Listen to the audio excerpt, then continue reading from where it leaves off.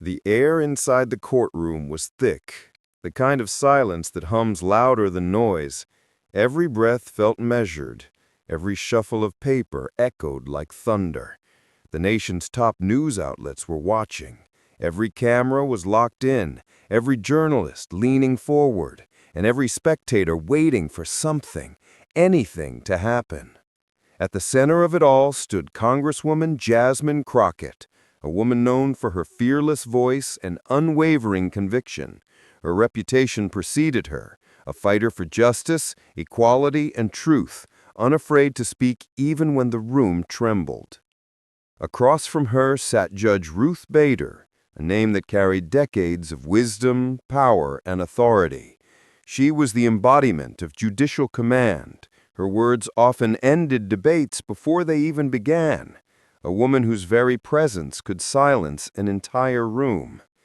But today, that silence was about to be tested. Jasmine stood tall behind the podium, her hands steady, her eyes calm yet intense. She began her statement with a composure that almost felt deceptive, like the quiet before a storm. "Justice," she said, her voice steady and clear, "shouldn't depend on who holds the gavel, but on who holds the truth." The words sliced through the silence like a blade through glass. A soft murmur rippled across the courtroom. Some nodded in quiet agreement. Others shifted uncomfortably in their seats. It was bold, perhaps too bold to say in front of someone like Judge Bader. The judge's sharp eyes lifted slightly above her glasses, studying Jasmine for a long moment. Then, in her signature calm but cutting tone, she asked, "Congresswoman Crockett, are you implying that this court lacks fairness?" The question wasn't just sharp, it was a challenge, the kind that could make even seasoned politicians stumble. Every reporter leaned closer, waiting to see if Jasmine would back down. But she didn't. She took a breath, clasped her hands together, and said softly, "With all due respect, Your Honor, I'm saying that fairness isn't guaranteed just because we call it justice." The reaction was immediate. Gasps, whispers, a few stunned glances exchanged in the gallery. For a split second, even Judge Ruth Bader seemed caught off guard. Her pen froze mid-air. She was a woman used to commanding the conversation, but Jasmine's words had done something rare. They'd made her pause. Judge Bader leaned slightly forward, her expression firm. "Congresswoman Crockett, I've spent my life defending the principles of this court. You tread dangerously close to questioning its integrity." Jasmine nodded respectfully. She didn't raise her voice, didn't show defiance, but her calm presence carried more weight than anger ever could. "Your Honor, I'm not questioning your integrity. I'm questioning whether justice still belongs equally to everyone, or only to those powerful enough to afford it." That line landed like thunder. The silence that followed was electric. Even the sound of the air conditioner seemed to fade. Every eye in the room was locked on Jasmine, every camera capturing the exact moment the balance of power in that courtroom shifted. Judge Bader's gaze softened, if only for a moment. Her fingers tapped lightly on the desk, a small sign of reflection that didn't go unnoticed. Then she said, in a tone quieter than before, "You speak as though justice is broken." Jasmine didn't hesitate. "I believe justice isn't broken, Your Honor, but I do believe it's bruised, and it's our job to heal it, not pretend it's perfect." Those words hit harder than any argument. They weren't political. They were human. A murmur of approval spread through the crowd. Someone in the back whispered, "She's right." Even a few journalists stopped typing, stunned by the gravity of the moment. Judge Ruth Bader, who had faced presidents, lawyers, and critics alike, simply sat there, silent. Her usual commanding expression had shifted into something far rarer, respect. And then Jasmine said one final thing, the line that froze the entire room. "Justice doesn't fear questions, Your Honor. Only power does." That sentence hung in the air like smoke, visible, impossible to ignore. For several long seconds, no one moved. Then slowly, Judge Bader nodded, a small, almost imperceptible gesture. She didn't agree out loud. She didn't have to. The nod said enough. Reporters rushed to capture every word. By the end of the day, clips of that exchange were everywhere, trending across social media, news platforms, and political forums. But more than the headlines, what people remembered was the tone, the quiet courage of a congresswoman who didn't shout, didn't argue, and yet made the world listen. That day wasn't about victory or defeat. It was about truth meeting tradition and standing its ground. And long after the camera stopped rolling, one thing remained certain. Jasmine Crockett hadn't just spoken to a courtroom, she had spoken to a country, and reminded it that justice begins where fear ends. The room was still. So still that it almost didn't feel real. Every eye was locked on one woman, every camera focused on one expression. Congresswoman Jasmine Crockett stood at the podium, facing one of the most respected legal minds in the nation, Judge Ruth Bader. The air itself felt tense, charged, like a thunderstorm waiting to break. Judge Bader had just issued a challenge, the kind of sharp, deliberate question that could unsettle even the most confident speaker. But Jasmine didn't flinch. For a moment, she stood perfectly still, her face calm, her breathing steady. The camera zoomed in, trying to capture a moment of doubt, a flicker of hesitation. But what they caught instead was quiet determination. Then, with a voice that was calm yet powerful, she said, "With all due respect, Your Honor, I'm saying fairness isn't guaranteed just because we call it justice." A quiet gasp rippled through the courtroom.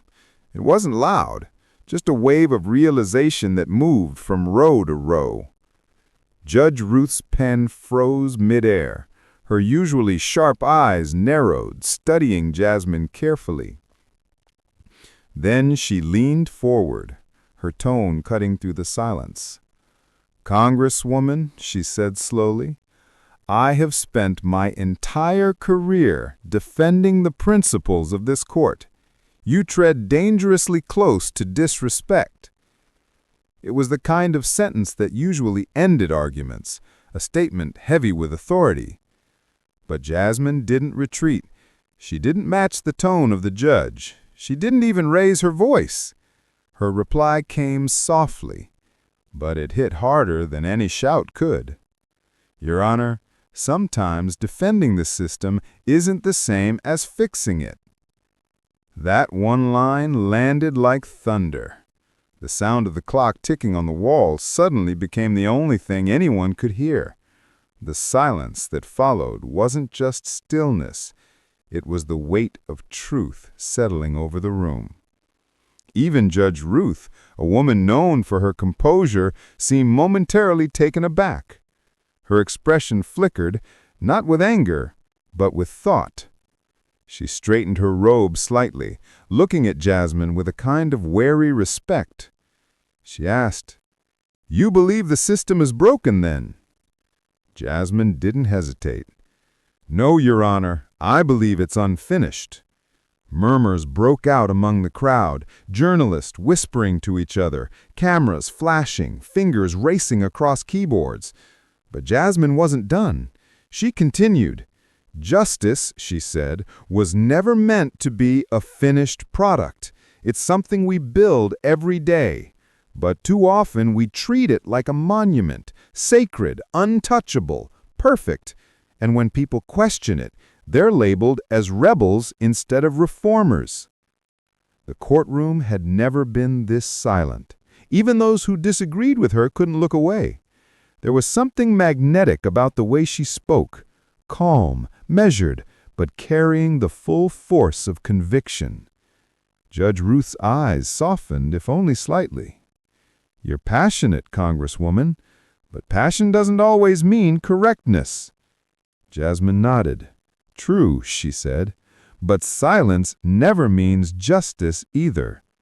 It was like the air was pulled out of the room. Even the sound of typing stopped. Then, after a long pause, Jasmine continued, this time her voice quieter, more personal. "I grew up believing the law was a shield for the weak, but too many times I've seen it used as a sword, and that's why I'm here today, not to question your integrity, Your Honor, but to remind all of us that justice isn't a place, it's a pursuit." Judge Ruth didn't interrupt. She simply listened, really listened.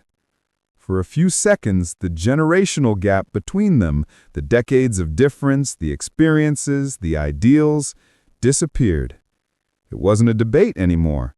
It was a conversation. Finally, the judge spoke, softly, almost as if to herself. "Perhaps you're right. Perhaps in defending what we've built, we sometimes forget what's still left to build." The crowd stirred, sensing something rare, humility in the highest seat of power. Jasmine smiled faintly.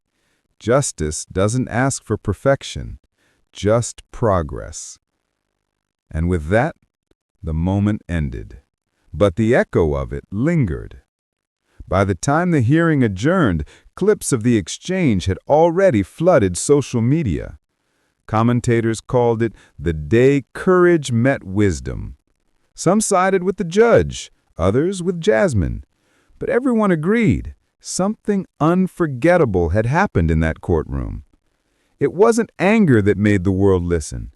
It was truth, spoken calmly, bravely, and without fear. And long after the cameras turned off, one quote kept circulating, shared millions of times. "Sometimes defending the system isn't the same as fixing it." That line, that moment, would go down as one of the most powerful exchanges in modern courtroom history. The tension built until it felt like time itself had stopped moving. Every breath in the courtroom seemed suspended. Every pen paused mid-sentence.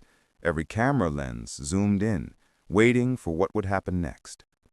The air felt thick, heavy with anticipation, like a storm seconds before lightning. At the center of it all stood Congresswoman Jasmine Crockett, her expression calm but her presence commanding. Across from her, Judge Ruth, a woman whose intellect had shaped generations of legal thought, sat poised, stern, composed, but visibly intrigued. Neither woman was ordinary. Both were symbols of conviction, courage, and truth. And now they stood on opposite sides of one defining moment. Judge Ruth finally broke the silence. Her tone was sharp, but not cruel, the kind of tone that carried the authority of decades spent defending justice. "You speak as if justice is broken, Congresswoman. Yet here you are benefiting from the very structure you criticize." It was a statement designed to end the argument, a verbal period at the end of a long debate. The crowd shifted in their seats. Some nodded in agreement, expecting Jasmine to falter, to retreat with politeness, and end the confrontation. But Jasmine Crockett didn't move. She didn't blink. Instead, she took a slow breath, stepped slightly forward, and looked directly at the judge. When she spoke, her voice carried a quiet power that filled every corner of the room. "Your Honor, I'm not criticizing the structure. I'm questioning whether the foundation still serves the people it was built for." The line hit like a thunderclap. It wasn't loud, but it shook the room. You could feel it, that collective moment when hundreds of people realized they had just heard something that would be quoted for years. The reporters looked up from their notepads. Cameras zoomed tighter. Even the clerk sitting near the judge stopped typing mid-sentence. Judge Ruth's expression didn't change immediately, but behind her glasses, her eyes softened, just slightly. She wasn't used to being challenged like this, not with arrogance, not with anger, but with calm, composed truth. For a few long seconds, no one spoke.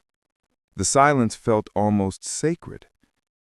Finally, the judge leaned forward and asked quietly but firmly, "You believe justice no longer belongs to the people?" Jasmine shook her head gently. "No, Your Honor. I believe the people have started to believe justice no longer belongs to them." That line drew a sharp inhale from somewhere in the audience, the kind of sound that said, "She just said what no one else dares to say." Judge Ruth sat back in her chair, studying Jasmine the way a teacher studies a student who has just surprised her. "You have strong convictions, Congresswoman," she said, her voice softer now. "But convictions alone don't rebuild trust." Jasmine smiled faintly, not with arrogance, but with the kind of quiet respect that comes from understanding your opponent's strength. "That's true, Your Honor. But neither does silence." The audience erupted in a soft murmur. Journalists leaned closer, sensing that something monumental was unfolding before their eyes. Then Jasmine took a small pause, her hand resting gently on the podium, and said the line that would later echo across headlines, talk shows, and social media feeds around the world. "Justice doesn't fear questions, Your Honor. Only power does." The words hung in the air like the final note of a song that no one wanted to end. For a moment, even the cameras seemed to stop clicking. Even Judge Ruth, known for her composure, looked away briefly, as if the sentence itself had pierced something deeper than pride. The room was frozen. No one dared speak, because everyone knew they had just witnessed something extraordinary. A moment where courage met wisdom and truth cut through formality like light through fog. Finally, after what felt like an eternity, Judge Ruth nodded, just once, a subtle but unmistakable gesture of acknowledgement. "Perhaps the foundation you speak of needs more than defenders. It needs builders." Jasmine smiled, a simple, knowing smile. "Exactly, Your Honor. That's all I've been saying." The judge's lips curved into the faintest smile, and for the first time that day, the tension in the room broke, replaced by something rare in that chamber: respect. The gavel didn't need to fall. The moment itself had ended perfectly, balanced, powerful, complete. By that evening, clips of the exchange flooded every social media platform. People called it the day truth spoke calmly. Podcasts dissected every sentence. News outlets called it a masterclass in respectful rebellion. And amid all the noise, one quote stood above the rest, shared millions of times across the internet. "Justice doesn't fear questions, only power does." It became more than a courtroom line. It became a message, a reminder that true justice doesn't demand silence. It listens, it learns, and it evolves. And that day, in a room built for rules and order, Jasmine Crockett reminded the world that justice, real justice, still belongs to those brave enough to question it. For a long, haunting moment, no one spoke. Even the cameras, those unblinking eyes that never miss a second, seemed uncertain whether to keep rolling. The air felt dense, charged with something far heavier than sound. Every breath, every heartbeat in that courtroom seemed suspended between awe and disbelief. Congresswoman Jasmine Crockett stood firm at the center of it all, her expression calm, her posture unshaken. Across from her, Judge Ruth Bader, known nationwide for her iron authority and sharp intellect, sat motionless. She had faced senators, presidents, and protesters in her lifetime, but not often had someone looked her in the eye and spoken truth without fear. Then, after what felt like a full minute of silence, Judge Ruth leaned back slowly in her chair. The leather creaked softly. Her once stern eyes now carried something unexpected: reflection. She adjusted her glasses and said in a voice lower, softer, and almost nostalgic, "Congresswoman, you remind me of myself, before the world taught me how heavy the gavel can be." It wasn't anger. It wasn't defeat. It was recognition. The courtroom shifted. You could feel it, an invisible energy, like everyone present had just witnessed something profound. Reporters at the back glanced at each other, unsure if they should take notes or simply watch in silence. Even the judge's clerk seemed frozen, their pens hovering mid-air. Jasmine didn't smile. She didn't gloat. She simply nodded, a gesture of quiet respect between two women who understood the same battlefield from different sides of history. And just like that, the tension began to dissolve. But outside that courtroom, a storm was already forming. When the hearing ended, journalists bolted toward the exits. Cameras clicked, microphones turned on, and words like historic, fearless, and unprecedented started echoing down the marble halls. By the time Jasmine reached her car, her phone was buzzing nonstop. Clips of her statement, especially that one line, "Justice doesn't fear questions, Your Honor, only power does," were already flooding the internet. Within hours, it was everywhere. Twitter, YouTube, TikTok, news networks. The hashtag Justice versus Power was trending worldwide. Commentators dissected every second of the exchange.